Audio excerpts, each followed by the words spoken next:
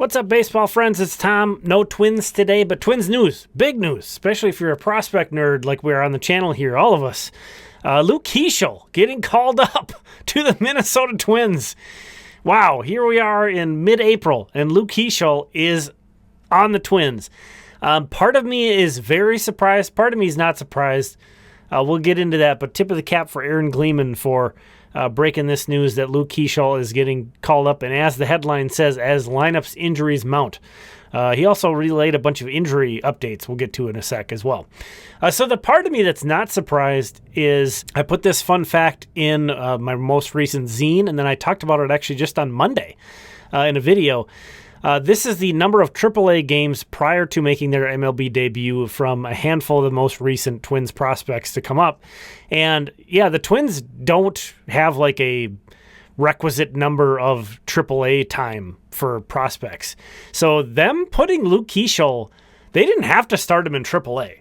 So to me, them putting him in AAA to open this season was a pretty big statement that they viewed him as legit MLB depth. Because especially with him coming off Tommy John and him playing only 50-some games at AA, it was totally reasonable for them to have started him in Wichita in AA and not put him in AAA. So I thought that was, it was on the fence. I could have seen him go either way, 50-50 between AA and AAA. But the fact that he started in AAA, I think was a big statement for them. And he had a great spring. So, and he's just been great. Luke Keaschall's been great. They adore him too. It's so clear anytime you hear anybody with the Twins talk about Luke Keaschall. But the part of me that's surprised is a lot of it having to do with this Inside Twins interview with Twins GM Jeremy Zoll just from Sunday.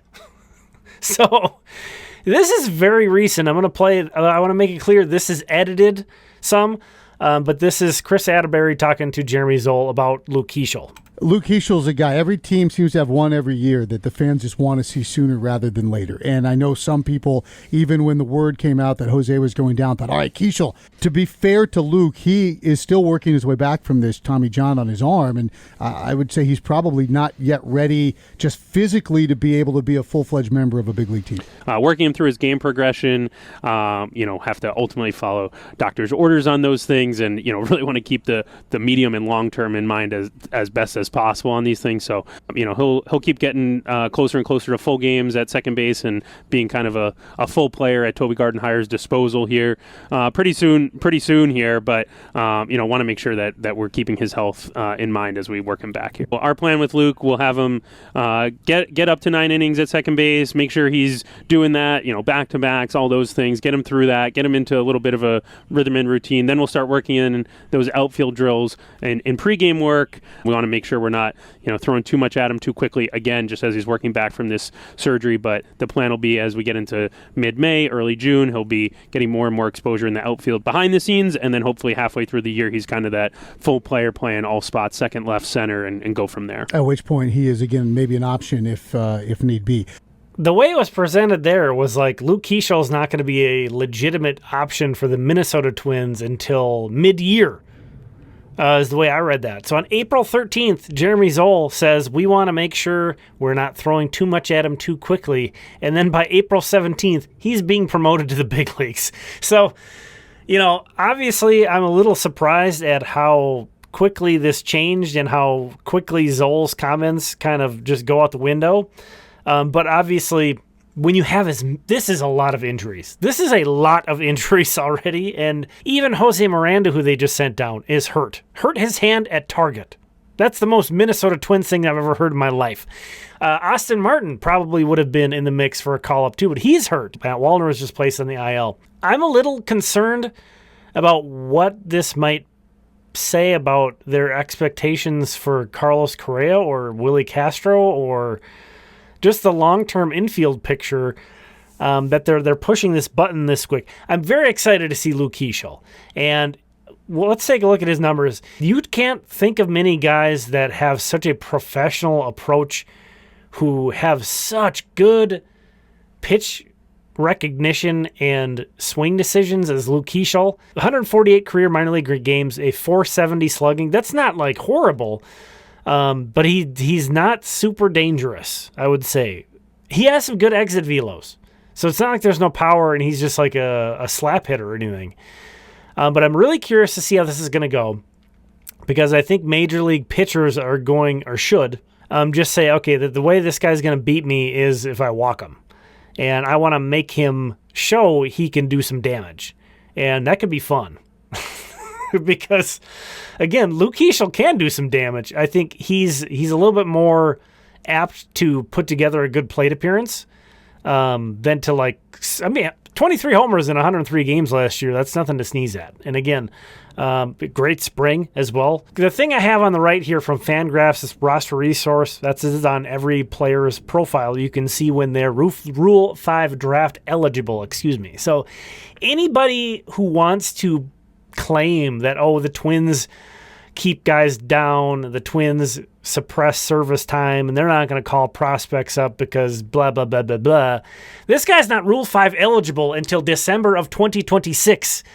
So if the Twins really wanted to sandbag Luke Keaschall, he would not be sniffing the major leagues right now. He's going on the 40-man roster. He's going the active roster. This is huge. This is aggressive.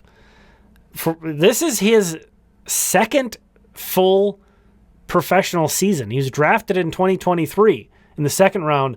Last year was his first full professional season, and 14 games into his second professional season, he's getting called up to major leagues. This is very aggressive, and what I want you to take away, if you're someone who thinks the Twins do keep guys back, they don't like the guy as much as you do. That's what that means. They are obsessed with Luke Keaschall.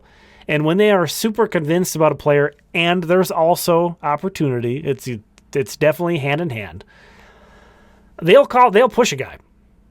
They will absolutely push a guy if they're convinced, and they are convinced on Luke Keaschall, and it's easy to see why. I am curious to see how this is going to go. I would bet significant money that he's not in the majors for good.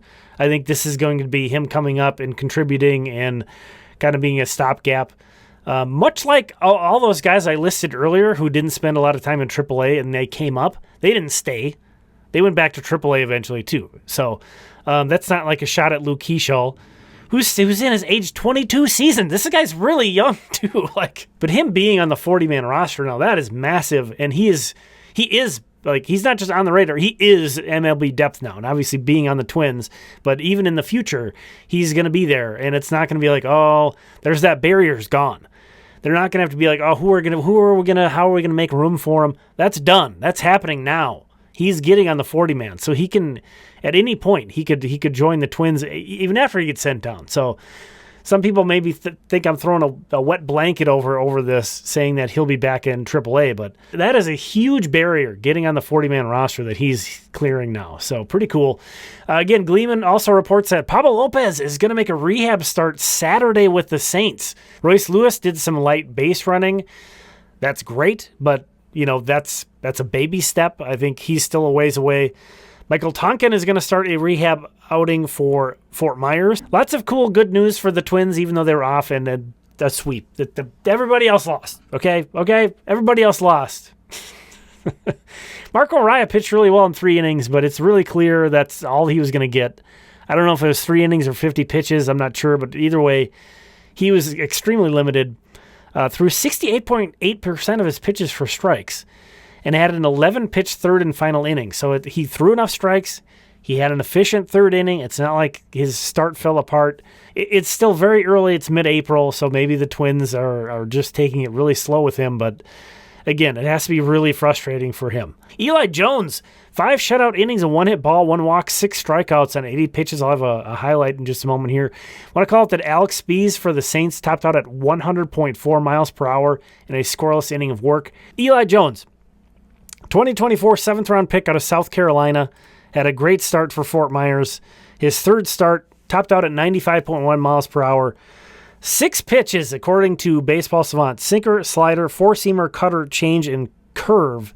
Seems like the slider is his out pitch. And then just want to share Devin Kirby out of the bullpen for Fort Myers. Knuckleballer. We got a legit knuckleballer, a traditional knuckleballer. Corey Lewis, of course, throws a knuckleball, but he's not really, I wouldn't say he's a knuckleballer. Devin Kirby is that sort of traditional Charlie Huff, Tim Wakefield, Joe Necro. It's mostly knuckleballs, and they're like 70 miles, mid-70s. On the hitting side, Kyler Fedko, 3 for 4 with a home run. He has as many homers in 8 games this year as he had in 76 games last season. So something going on with Kyler Fedko. Maybe a guy to keep an eye on. Kyle DeBarge drove in 4 runs tonight. He's having a nice start to the season. He hit a double. Jay Thomason hit another homer and stole his 4th base of the season. Manuel Rodriguez was 1 for 4 with a strikeout. He has 20 strikeouts in 60 plate appearances, so exactly a third. He has to feel a little bit dissed right now because he already was on the 40-man roster. So the easy button move would have been to call him up. And I will say, if there's a guy who you want to call up and just make sure he doesn't embarrass himself, Luke Keaschall is by far the guy I go with over Emmanuel Rodriguez, to be completely honest. But if you're saying, who do I think is going to be a multi-time All-Star 10 years from now, I would take Emmanuel Rodriguez over Luke Keaschall. But there is also a very scary version of Emmanuel Rodriguez to where, like, he's a really interesting player. I get it. With the Twins, making that call right now. Byron Trio for Fort Myers also had a really good game. 2 more hits and another stolen base. He's off to a really nice start this year. Everybody loses. Don't want to talk about it. Thanks for checking this one out. I really appreciate you. We'll talk again soon.